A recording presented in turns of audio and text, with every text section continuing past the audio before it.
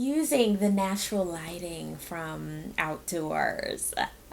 Anyway, hello, what's up everybody? This is your girl, Miss P. I hope that you are doing fabulous, darling. I am doing amazing. I just got inside. I was melting. I felt the skin just sliding off of me. That's how hot it was. Please be sure to go ahead and like this video. Thumbs this up. I would really appreciate it. And subscribe if you haven't already. It's free. Just go ahead and subscribe. That would be great. Also, if you would like to be a part of the peace, love, and all that good stuff, email list, drop your email down below, or you can head over to my website and opt in. I got some giveaways going on set up for August that I'm really excited about, so you ain't heard that from me, so go ahead and check it out. And also get into Future Points. It's one of my favorites. Let's just go ahead and get into love and hip-hop, and I'm gonna hit on Power and also Basketball Wives a little bit at the end of this video. Got some shout outs. So while we left last week, it was the throwing at the Red party with Karlie Redd, Cena, and KD. So KD came in and she was like, I can't believe this. So she get up all in their faces, and they start having a type of party, and we saw the cheap shots thrown by Karlie Redd. That's why, you know what, I F's with Karlie Redd some seasons, and I don't F with her some seasons. I was F'ing with her the top of this season, but now I'm like, girl, you cheap shots. I can't with you, Karlie. I can't. And Life Jennings couldn't do it either. He said, you know what, come in, little Karlie. Karlie, bring your little ass over to the side. I need to talk to you for a minute.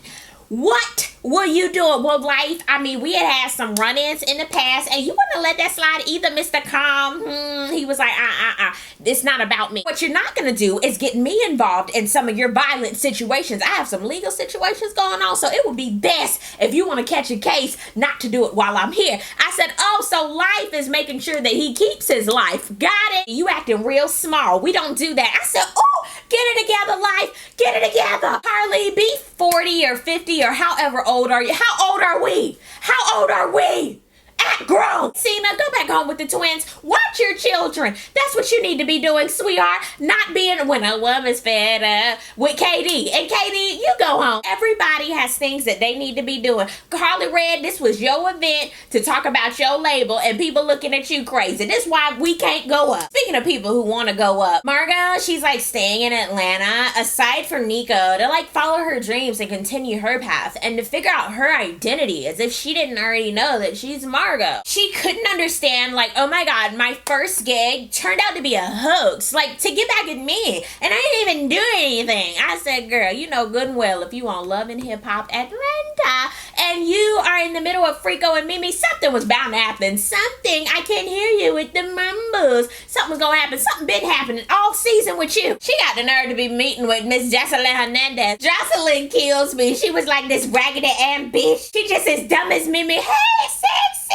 I said, you know what? I can't with you, Jocelyn. I cannot. I had the gitchy yaya photo shoot, and in walks your husband, and he had the nerve to tell me that you okayed it. I thought that we were maybe okay. Was that true that you were on board? This is one reason why I do F's with Jocelyn. She was like, yeah. I said that. We was trying to give you a chance. We was trying to take you to the next level. You want to work with Stevie? He got to tell me, and I told him, yeah, it might be good for her. And then this is where Jocelyn went left, because you know what? I even gave her some kudos last episode for not being a part of the drama. Now she want to stir some drama, talking about, matter of fact, you a bartender, so go make me a drink. I said, you know what? How do you go from 0 to 8,000 in a matter of seconds? What? Now this was the roly-poly-oly when she said you can get on your kneecaps and get all in my puss box. I was done. I said, whoa, I don't think she offered, Jocelyn, you know those kudos I gave you last week? Revoked. Give it back. Putting it in my pocket. You don't deserve it, ma'am. No. And Margot, I never gave you any kudos, but I'm revoking the invisible ones that I gave you. How in the hell do you think you were going to get somewhere with Jocelyn Hernandez? Never. Uh-oh. But I have to say that Margot did throw a little stingation at Jocelyn's neck. She said, I think you're just mad that your husband is still in love with Mimi. He could be mad with whoever he wants to, ho. That don't make no sense. I forgot that y'all's marriage is kind of open. Maybe not even valid, so whatever. Ain't nobody paying you no 10 G's, bitch. I was like, yeah, Margot, I don't think you're gonna get that check. I just don't. How can you get a check for messiness? If it started out messy, you just can't get no check. You just can't. Did you sign any paperwork? Just want to know. Little things like that. Little things, and then she proceeded to go. I said, why? Houseway. Jack is in the studio. I forgot that he makes records. I forgot. KD comes by the studio. I attended an event with Hosina and Crazy Red. He was like, oh, wait, like Karlie Redd and Cena? And you were at KD? Yes, Jock, I was. The way KD talks reminds me of David from the Have and the Have-Nots. What? Huh? And then she was talking about a fake pregnancy. That was between you and I. You and I. KD, what in the world did you expect from being with Jock and all of the women? What were you expecting? Harmony, the Brady Bunch? What did you want, sweetie? And even in the Brady Bunch, they were screwing each other. I'm trying to figure out what did you want. And then Jocks end up saying, you know what? Fuck you. And you and you and you. That, I said, well, girl, you should have done been you should have done exited about 3-4 years ago. I don't know how long she been messing with Jock, but when he said, fuck you, I said, what? Oh, snaps. So now I'm a dumbass that he said that. That's what he said. Correct. Your hearing is great. You've been taking your hearing test. Yes. KD girl, run. The writings are on the wall. Destiny's Child circa 1999. They right up there, girl. He been giving you all these clues. Taking you through the ringer. You ain't in the circus, girl. Next. The Creep Squad meets up at Scrappy's. They talk about the same crap. We're gonna go all the way down to Tony and Adam's Apple.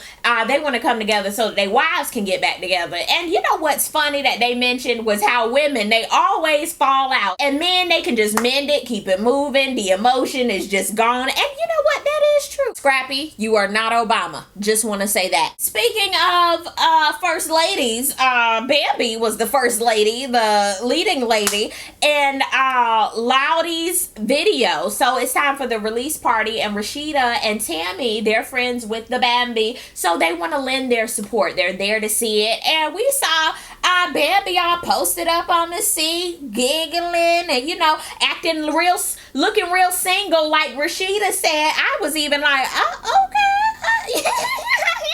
Oh, okay. It's time for the video. We're watching it. You see lots of googly eyes. You see boobies. You see kissy face. You see licking on the ear. I said, oh my God. And the chemistry was very evident. I said, well, look. Bambi done jumped on that work. And they look real booed up until they were coming close to Rashida and Tammy and little Loudy.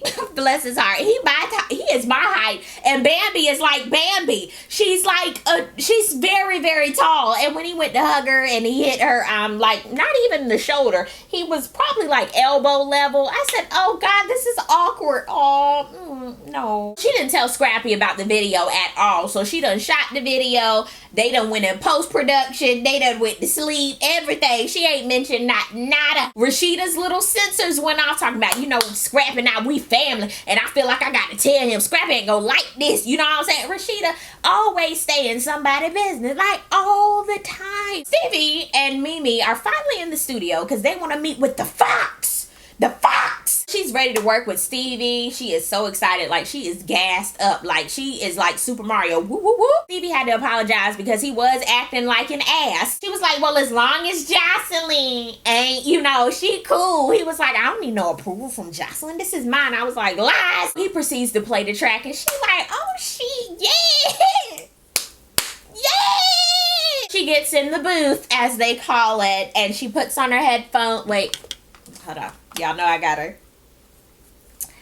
I like apple crisp and waffle crisp, bitch. Yeah, run that back. You got it going on. What? Speaking of people in the studio, Scrappy is in the studio. You dig that? Don't worry about me. Now, I do have to say, Scrappy's music is perfect for gym life. Like, perfect. Rashida and Adam's Apple come in because, you know, Scrappy want them to hear his new music. You dig that? Out of nowhere, they just go in on the Bambi. I was like, damn, Kurt, can you, like, at least gas him up a little bit? I mean, just went straight through, punched him in the throat. I said, whoa. Scrappy was like, what? Like, it all in the video? Like, for real? Like, kissing? Like, tongue?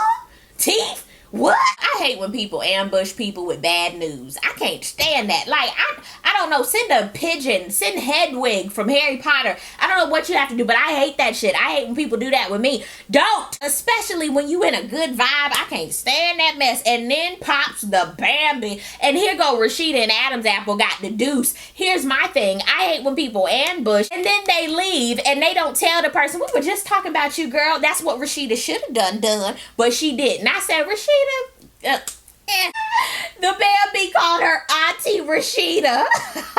I was done. Then she has to tell Scrappy about the video and the shenanigans like the party. She was like, and it was with Loudy. He was like, Loudy?